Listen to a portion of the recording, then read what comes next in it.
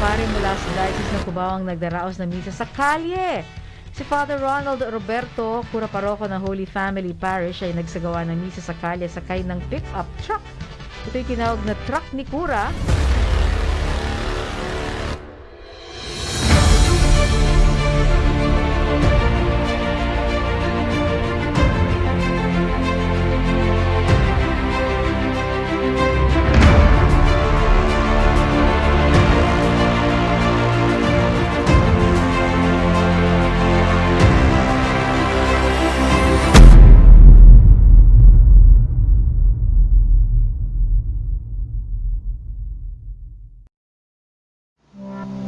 Magandang gabi po sa inyong lahat.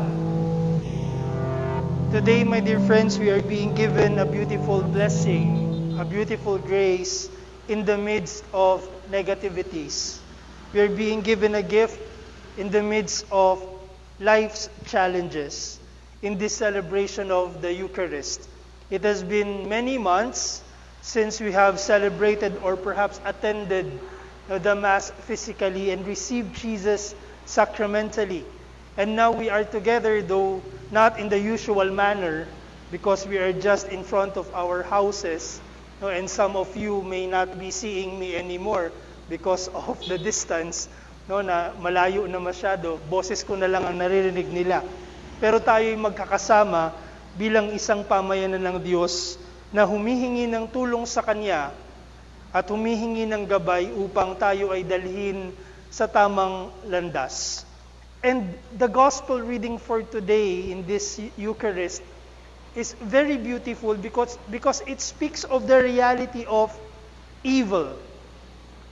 The reality of evil in this world.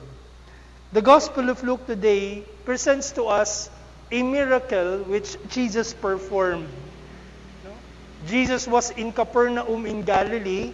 He was in the synagogue and he was proclaiming the word of God to them.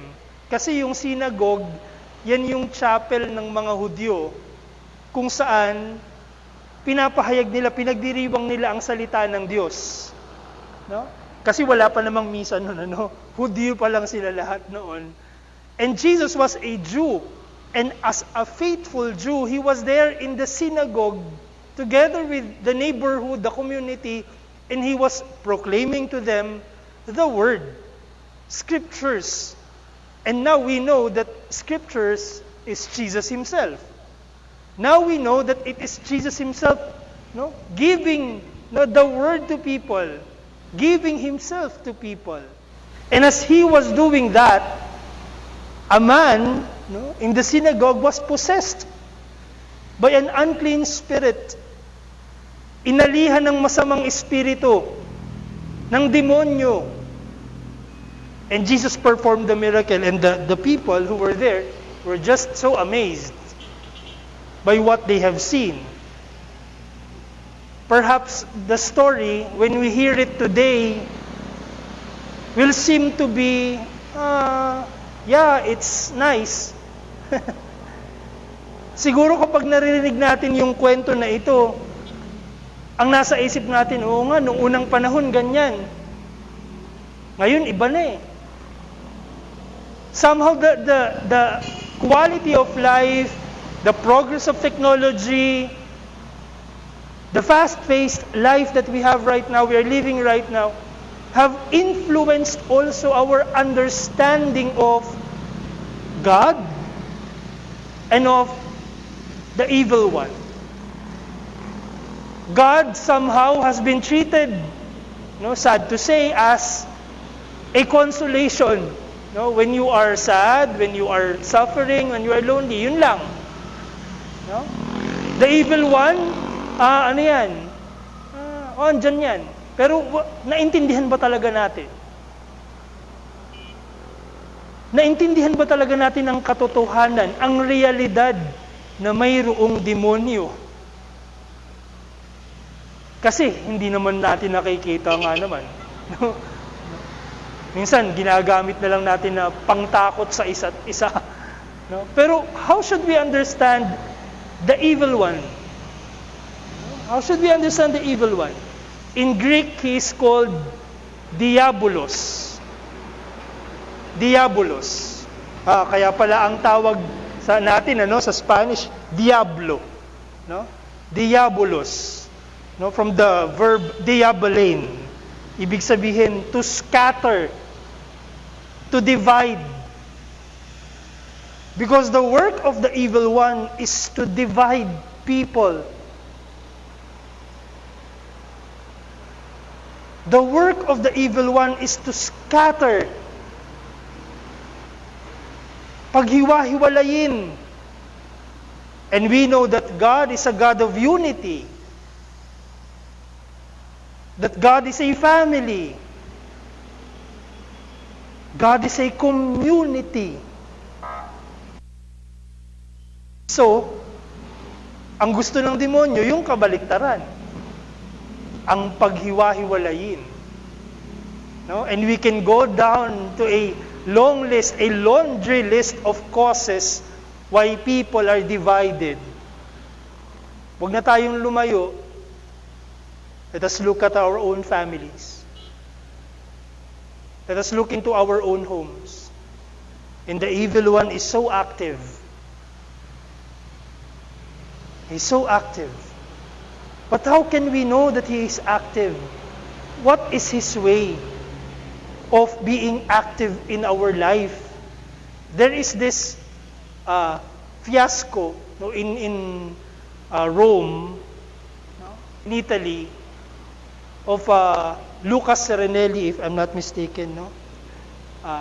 He made a fiasco, and there portrayed at the middle was an antichrist. The antichrist.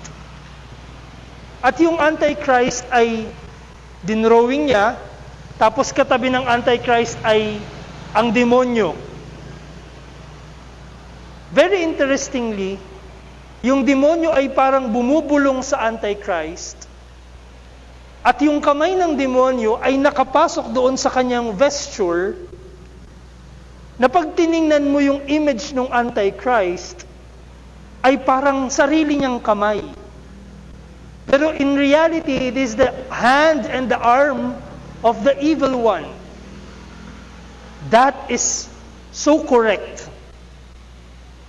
The evil one being depicted as insinuating something. May ginagawa siya, but it will appear to us na tayo yung gumagawa. It will appear differently to the eyes of the world.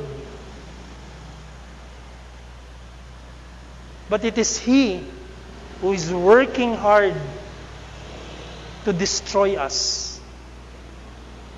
So even our own choices within the home, even our own choices within the family, can sometimes be influenced by the evil one.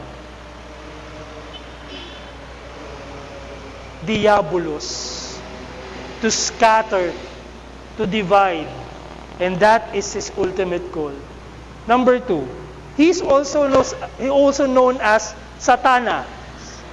Kaya sa Tagalog ang tawag natin sa kanya, Satanas. No? And that term, Satana, means to accuse, or the accuser. To accuse or the accuser. He will always point finger. Yan ang gawain ng demonyo. Ituturo. Ibibintang. Gagawa ng kwento. Yan. Yan ang pamamaraan ng demonyo. He is the great accuser. Just to destroy us. He will make each and every one of us accuse each other of many things. With the ultimate goal again of scattering, dividing. Dividing. Number 3, we should understand that the scriptures describes the evil one as the father of lies. the father of lies, ang ama ng kasinungalingan. Because if God is truth, if God is light, then the evil one is deceit, darkness. He leads us towards darkness. Yan ang pamamaraan ng demonyo, kasinungalingan. At minsan, no? Pati yung ating pagtingin sa iba, no? Duktong-duktong yan, no? Yung to scatter, no? To accuse, to lie, duktong-duktong na yan. No? Maghahanap ng dahilan sa iba para yung kanyang sariling ginagawang masama ay hindi mapag-usapan. Ia-accuse sa iba. Siya na yung may ginawang mali. Siya pa yung galit. Siya na yung may ginawang mali. No? Magpo-point finger pa siya. Parang ano yan eh. Parang pag nagre-reflect ka, and then meron kang na-realize na mali kang nagawa, sasabihin mo kay Lord, Lord, sorry kasi nagsinungaling po ako sa mama ko. Pero okay na po yun kasi si kuya naman hindi lang nagsinungaling, nangupit pa, tumakas pa, no? Ganon, no? No? Because he is the father of lies. And we may not be aware of it, but our small lies to preserve one's image perhaps, or to preserve one's ego, may be the work of the evil one in us. And lastly, the first letter of John tells us of the evil one as the great murderer. The great murderer. And if you look at the history of the world, no, as far as we could remember, millions, if not billions of deaths of people have transpired because of conflicts among ourselves. Kamatayan. Pero alam nyo, hindi lamang yung kamatayan ng biological life, pati yung kamatayan ng moralidad, kamatayan ng pagrespeto, katapatan, kasipagan, katotohanan, pagpapakumbaba, yan ang kanyang nais. Because he is a great murderer. John Paul II tells us of the culture of death that we have, that we are living in right now. That we do not care anymore if death comes to people. Hindi lang yung mamatay at mawala ng hininga. Wala na tayong pakialam kung maputol yung relasyon, yung pagkakaibigan. Basta yung gusto ko, magawa ko. Basta yung tingin ko sa sarili ko, ma-preserve ko. And we are not aware that the evil one is working in us, insinuating. But you know, it is not only about bad news on the reality of the evil one. Because Jesus has won victory over him. That's why we cannot let go of our faith. We cannot let go of our faith. Kapag manhid ka na sa kasalanan at lumayo ka pa sa Diyos, lugmok ka na. Pero nariyan ang Diyos. He has won victory over death. He has won victory over the enemy. But He's giving you a choice to join Him or not. And if you look at the life of the church, what do we have? We have the Eucharist. We have prayer. We have the sacraments. We work for unity. We have confession. We have healing. Ano itong mga ito? These are all weapons against the diabolos, the satana, the father of lies, the murderer. The church is our weapon. And so going away from the church is allowing the enemy to win over us. Because the church has Jesus as her head. We have Jesus with us, who in the gospel caught the attention of people as they ask, what is this?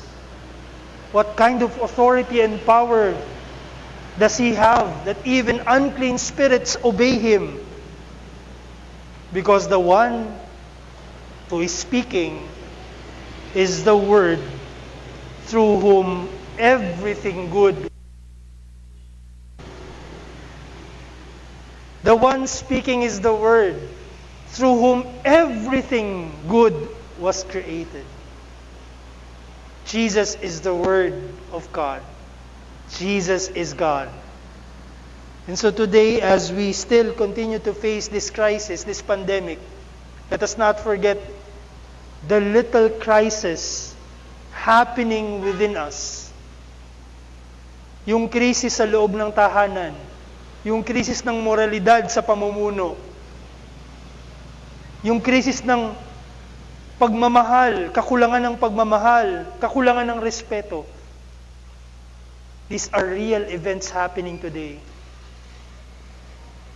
As we face all these struggles, let us not forget Jesus. Let us ask Jesus to be with us. Sigurong magandang gawin natin, no, bago matulog sa gabi at pagising sa umaga. Let that be part of our prayer. Lord, be with me. Lord, stay with me.